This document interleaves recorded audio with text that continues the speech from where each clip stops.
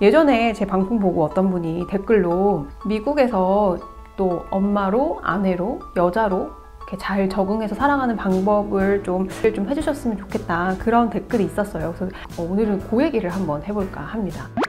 이제 많은 아기를 가지신 여성분들이 남편의 직업이나 또 뭐 주재원, 뭐 아니면 학업 이런 걸로 따라서 미국에 오셨을 때 사실은 주변에서 굉장히 막 부러워해요. 좋겠다, 뭐 MIT, 막 보스턴 막 다 되게 부러워하고 막 좋아하고 그러는데 좋죠. 좋은데 저처럼 이렇게 뭔가 굉장히 자아가 강하고 또 일을 원래 했던 여성분들 같은 경우는 내가 과연 한 번도 해보지 않았던 정말 풀타임 맘을 잘 해낼 수 있을 것인가, 거기에 대한 되게 두려움도 있고, 또 언어가 생소하잖아요. 언어가 영어를 제가 완전 네이티브로 잘하는 것도 아니고 정말 완전 기본적인 회화밖에 못하는 상황에서 미국에 탁 떨어진 기분이 든단 말이죠. 그럴 때 이 기간을 어떻게 하면 잘 헤쳐나갈 수 있을지, 어떻게 하면은 이 시안을 정해놓고 미국에 계시는 그 분들이 잘 지내고 돌아가실 수 있을지, 그 방법에 대해서 되게 많이 시행착오도 겪었고 또 많은 생각을 해가지고 그 부분에 대해서 좀 나눠볼까 해요. 첫 번째는 주문을 하셔야 돼요. 주문.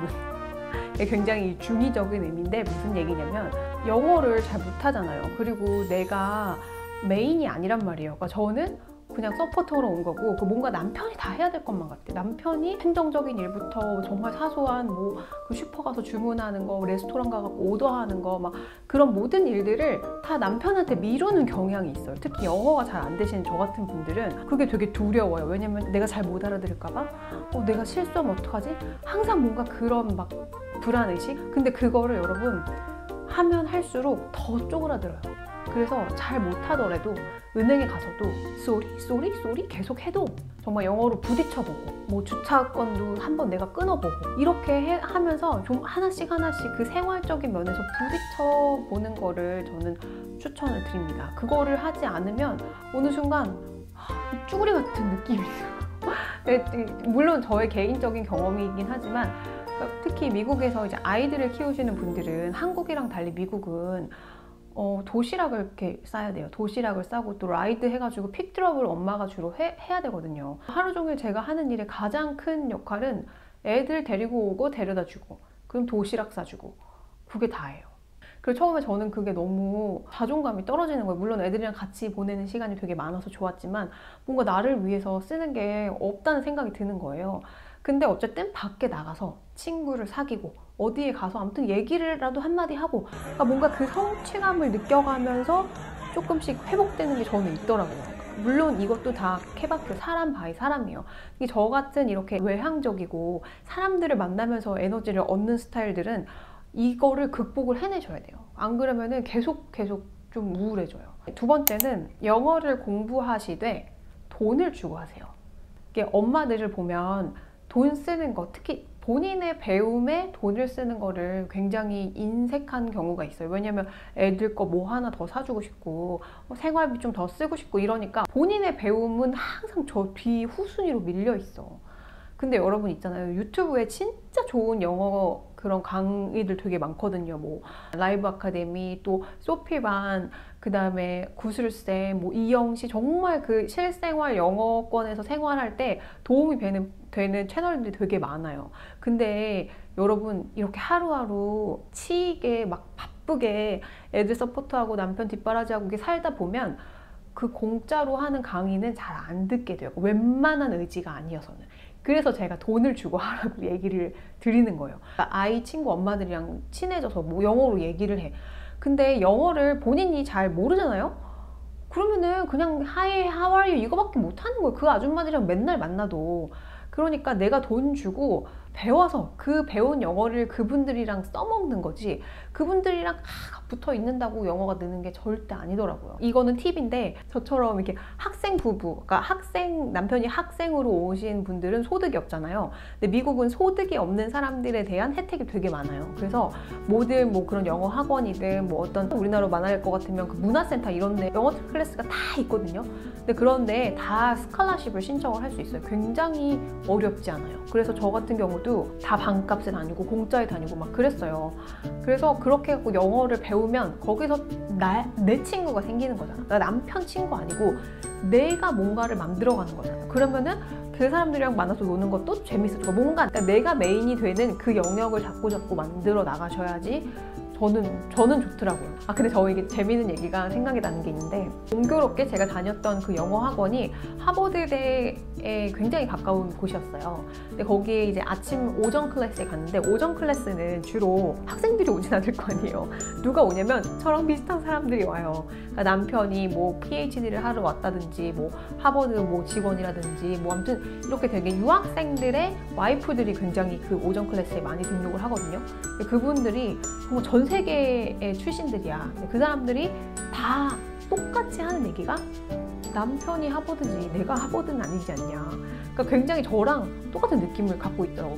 이렇게 무료하고 뭔가 새로운 게 없을까? 그러니까 영어를 못하니까 자신감은 없고, 이런 분들이 거기 다 모여서 같은 얘기를 하는데 저는 되게 공감이 많이 돼서 좀 많이 위로가 되더라고요. 어쨌든 그렇게 돈을 주고 영어를 배우라. 그 두 번째로 그렇게 말씀을 드리고 싶고, 마지막 세 번째는 뭐냐면 본인이 좋아하는, 잠시 거주하는 그 나라에서만 할 수 있는 뭔가를 찾아보시라. 이렇게 얘기를 드리고 싶어요.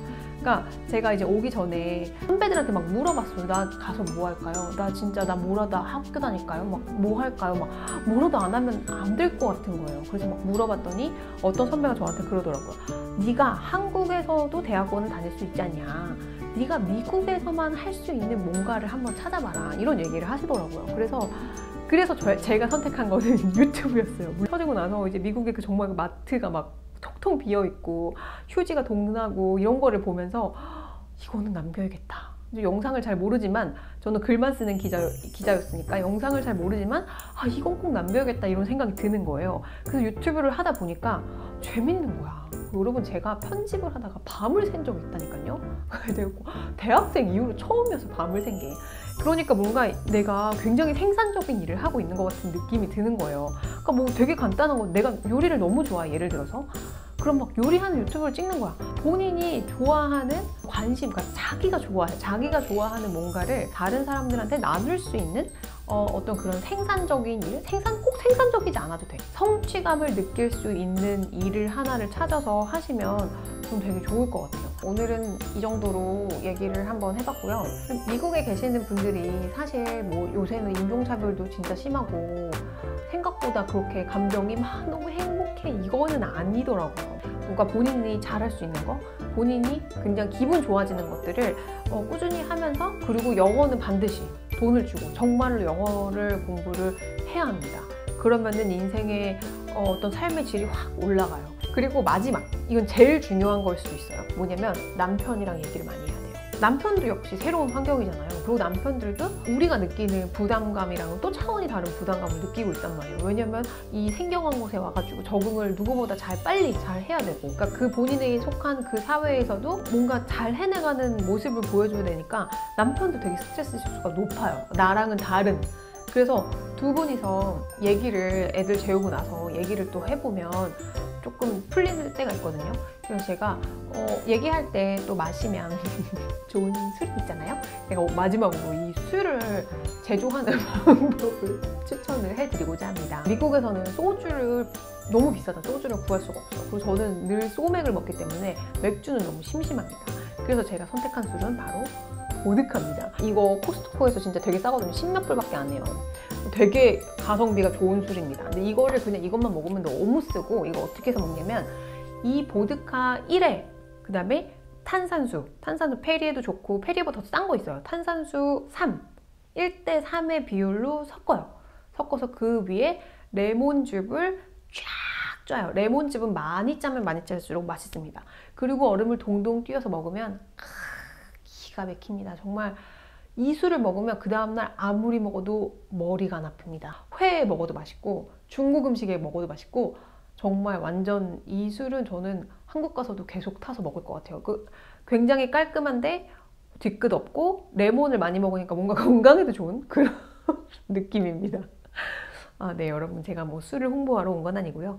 아무튼 그래서 여러분들이 또 저랑 비슷한 또 처지에 계시는 많은 분들이, 엄마들이 좀 더 힘을 내서 우리 다 같이 재밌게 또 이 기간이 또 지나고 한국에 돌아가고 나면 얼마나 그립겠어요. 또 아쉽기도 하고. 그래서 아쉽지 않은 그런 미국 생활을 하기 위해서 이런 거는 꼭 시도해 보셨으면 좋겠다 하는 얘기를 오늘 한번 해봤고요. 누군가에게는 도움이 되는 그런 영상이었으면 좋겠습니다. 그러면 저는 다음 시간에 또 좋은 컨텐츠를 가지고 다시 올게요. 안녕!